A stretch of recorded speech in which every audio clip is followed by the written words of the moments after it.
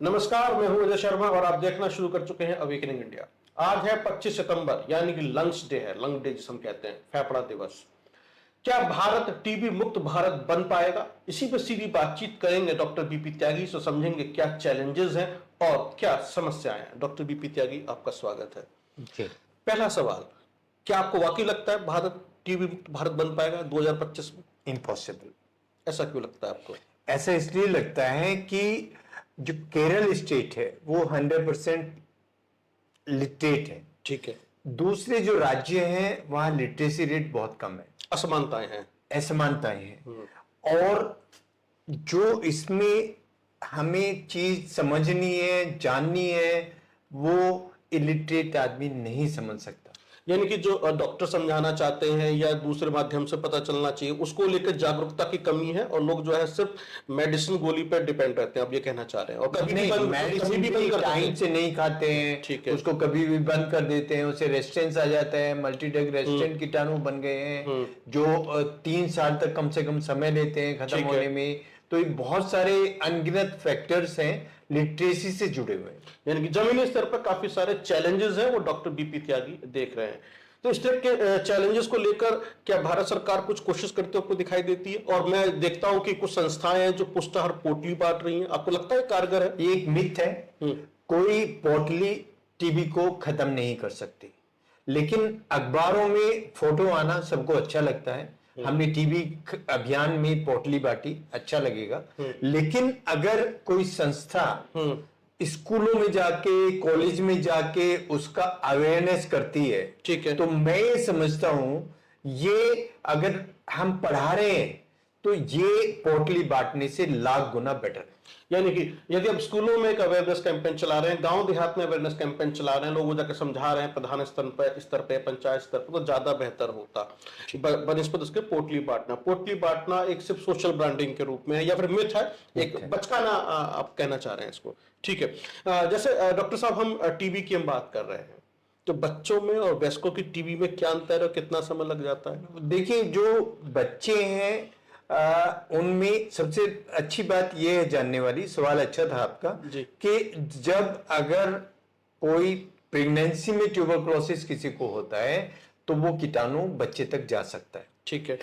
ऐसे ही जैसे एड्स जाने की संभावना होती है, दूसरे इन्फेक्शन जाने की संभावना होती है, तो हमें प्रिडिक्ट करना चाहिए कि जो बच्चा पैदा होगा उसको ट्यूबरकुलोसिस हो सकता है। ठीक है, नंबर 1। नंबर 2, जब बच्चे को दूध पिलाना है, मदर को 6 महीने से पहले बच्चे को हम ब्रेस्ट फीड पे रखते हैं। ठीक है। हम उसको पानी तक नहीं पिलाते हैं क्योंकि उसमें सबसे ज्यादा इम्यूनिटी होती है। जब ब्रेस्ट फीड पे बच्चा है तो मदर को मास्क पहन के, अगर ट्यूबरकुलोसिस है तो तब उसको ब्रेस्ट फीड कराना है। तो ये भी एक अवेयरनेस का पार्ट है।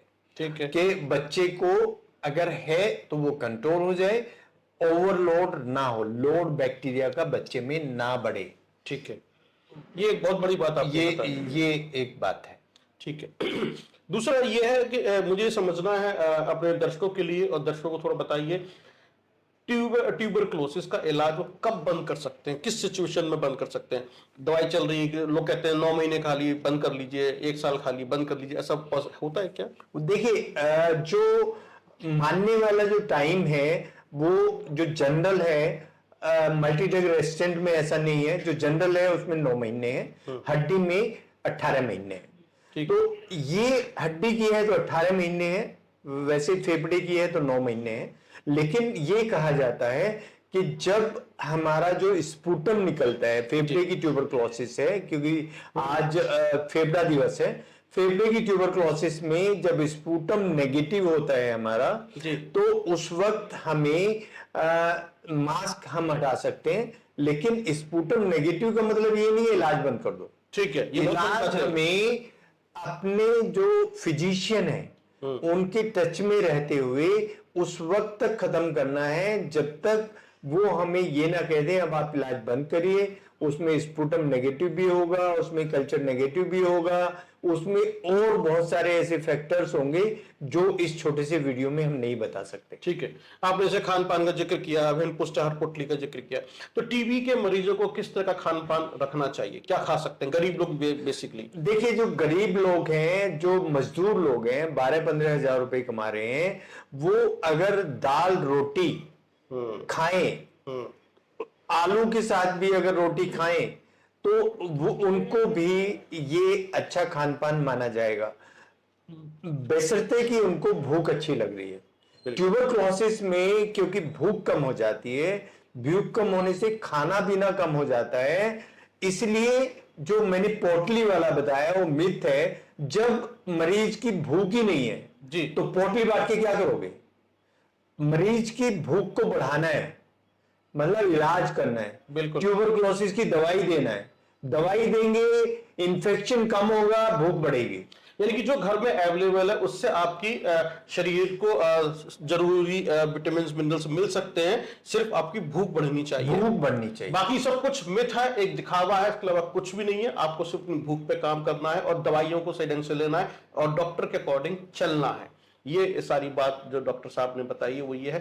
चलते चलते आखिरी सवाल डॉक्टर साहब, हम दिल्ली एनसीआर में हम वैसे देखते हैं पूरे देश में इस तरह के हालात है, पोल्यूशन बहुत ज्यादा है, तो अस्थमा, पोल्यूशन, ये सब चीजें होती है, तो ये टीबी के मरीज को कितना परेशान कर सकती है? फेफड़ा दिवस पे हमें टीबी की भी बात करनी है, हमें एस्थमा की भी बात करनी है, हमें कोविड जैसे इन्फेक्शन की भी बात करनी है, हमें H3N2 की भी बात करनी है, और हमें जो पोल्यूशन अभी आने वाला है उसमें PM 2.5, PM 10 की भी बात करनी है। सबका एक ही उत्तर है कि हमें मास्क पहनना है घर से बाहर निकल के, और कोविड प्रोटोकॉल का ध्यान रखना है। यानी कि आप एनवायरनमेंट क्लीन नहीं कर सकते हैं जो पिछले कुछ सालों में हमने देखा है, इसलिए डॉक्टर कह रहे हैं अब आप मास्क लगा लीजिए, तभी आपके पास जो हवा है, ऑक्सीजन है, वो थोड़ी सी बेहतर आ सकती है। अदरवाइज दिल्ली एनसीआर में हर आदमी लगभग 10 से 12 सिगरेट तो पी ही रहा है। बहुत बहुत धन्यवाद डॉक्टर बीपी त्यागी, ये तमाम जानकारी हमारे दर्शकों को देने के लिए। देखते रहिए आप अवेकनिंग इंडिया।